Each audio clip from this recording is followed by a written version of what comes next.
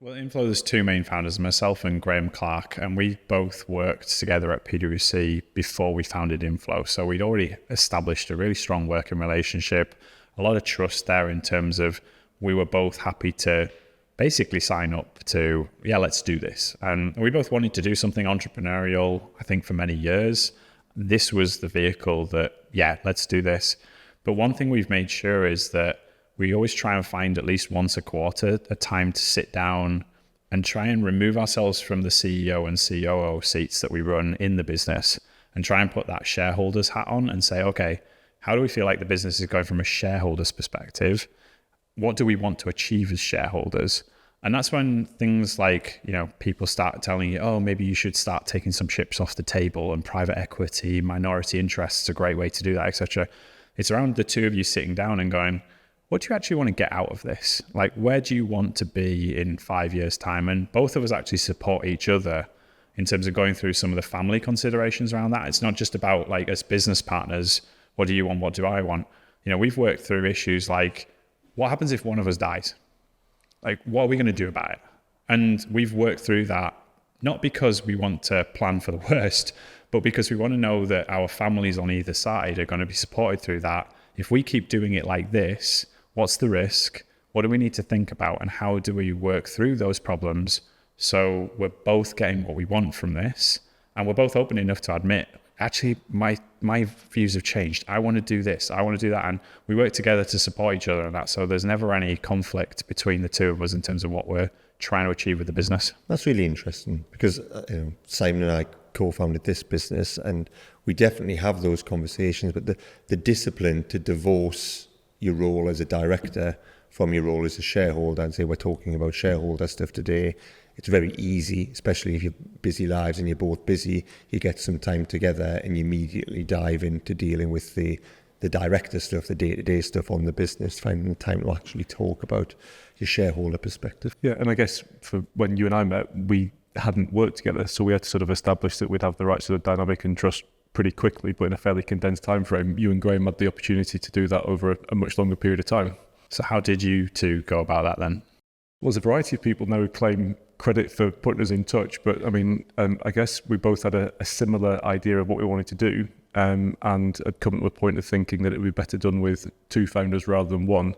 But yeah, a variety of the people who I think potentially approach you about doing work for you that isn't necessarily investment-wise, I think put us together eventually. Yeah, and I think I don't know if this is cliched, but we did spend a lot of time sitting down writing out a set of values for the business and then refining them, and realised we were on the same page as to what they were, and there was no huge gaps. It still seems like quite a jump now that I look back five years on, but it's worked out. So hey, well, you guys have come on great bounds in that 5 years, right? And that's as two people leading a business, you have to be on the same page. It's okay to disagree on things, but you need to agree to disagree and then work out how you're going to lead the business. And I think that healthy conflict is something that Graham and I have always felt really comfortable with, in terms of we're happy to disagree with each other. In fact, we're starting to do it deliberately more in front of people in our business to show that it's okay to disagree on things. You don't need to say yes to everything I want you to do. You don't need to agree with every idea we have. We need that healthy and constructive debate across the business. So, yeah. And how do you resolve them? How do we resolve what? When there is a difference of opinion or a different approach, is it it go to the rest of the board, or? We really looked at our core values. So our core values are built around the Geek Way. So if you haven't read the book, The Geek Way, I highly recommend it. But I haven't. So. The core values of our business are built around the 4 key concepts of the Geek Way. So it's around speed, science, openness, and ownership. And so if we disagree on something, we really are going to look to the data or look to get some supporting evidence to be able to say, okay, so we've got 2 potential theories or 2 potential ways we could go through here.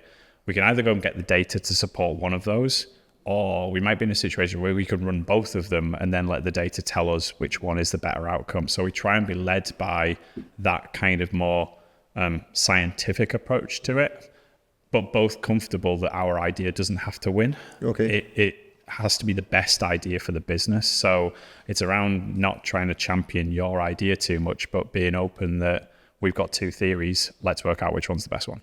That was you, dissenting voice. You're getting to a certain size now.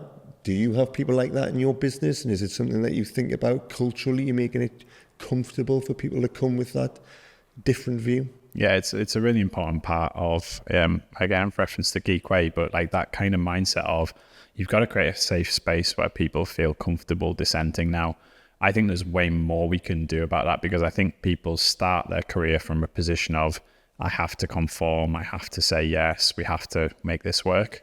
And I'd say one of the things that even Graham and I have tried to deliberately do is to disagree with each other in front of everyone, and to deliberately try and promote that idea of, let's throw everything out there and talk about this, and there is no stupid idea, and we can work through any of these things. It's tricky to try and make everyone feel comfortable with that, because that's not the world that anyone's experienced if they've been in the world of work before. Certainly if we bring a lot of people in from accounting firms, they're not used to that being welcomed, if you like. But we also try and support it through the growth of our internal people. So how can we make sure that the people rising up through the ranks are the ones who are being vocal, and that they're willing to challenge Graham and I's views on things? So it's a tricky one. I don't have the secret sauce to that one, but I think it's much more about the culture that you're trying to create. So we do things like we did a global gathering here in Newcastle, where we get the entire team from around the world into the room together here. And it's around trying to, in that area, bring people in that are going to start to show our core values off, to talk about what we're trying to achieve, and create ways that people can give feedback to us in different ways that feels comfortable to them. Maybe some people feel comfortable talking about it. Maybe some people want to email about it. Maybe others want to do it in different ways through workshops and things like that. So how do you create those arenas where people feel comfortable sharing that dissented voice? It felt really exciting what we were doing. I like to think, or I like to say right now, I'm totally unemployable at this point in time. You know, I am so set in this way that we work. It could never really work for somebody else, etc. So I think what I'd say to your question is, it's always felt really natural. But what I really enjoy is the fact that I'm constantly learning so much, because nobody's ever done this before. Not in my sector. I know I can obviously learn from others who've done similar things in different sectors, but in terms of that direct, the specifics of what we're trying to do, the technical things, I just love problem solving. And being a CEO in a company like this, it's just all about problem solving, or trying to help other people solve problems or avoid getting them myself into. So that's what I always view my role as, has been, yes, I've got to work on the culture of the business and how we're trying to deal with big macro things, but I'm really there to try and just either help solve the problems when they get too big, or to try and help my teams be better at solving problems or avoid problems in the first place. Okay. Do you worry at all that as the business continues to scale, the balance of your role will switch more towards helping them solve problems? Does that still give you your problem-solving fix, if that's what you love, or do you need to be in there looking at the client's issue and helping solve it to get that fix? It's a really good question. So we've been working quite hard as a business to really put structure in around roles and responsibilities, because you're absolutely right, a business as high growth as ours, one of the failings you can have is that everybody's doing everything, which sounds good. You know, great. We've got generalists. We've got people who are prepared to roll their sleeves up. Sounds very familiar. Yeah, it just doesn't scale. And so we run our business. Sounds familiar as well. It just doesn't scale. So we run our business using the entrepreneurial operating system. So EOS, which is from the book Traction by Gino Wickman. If you've not come across it and you think that your business is not focusing on the right things, you need to read that book. We should have a show notes thing where we sort of post all these things, because we get loads of really good resources recommended. So that book is all about, at the top of the business, there should be a visionary role and there should be an integrator role. The integrator reports into the visionary, and then beneath that you have people who are leading the core functions of the business. So you need to work out what the core functions of the business are, but you put one person in on top of each one of those. So in our business, I am the visionary. Graham is the integrator, and that's because he is way better at making things happen, setting goals, setting tangible objectives, holding people accountable, etc. Like that day to day, making operations happen.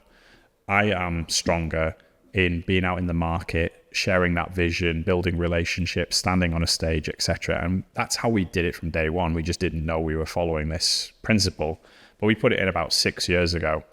And what that means is that, yes, at times of change, when maybe we've had to make a change at a senior leadership team position, or something's happened, yeah, sometimes we get sucked back into performing a role for a period while we kind of, keep the business going, keep that structure in place.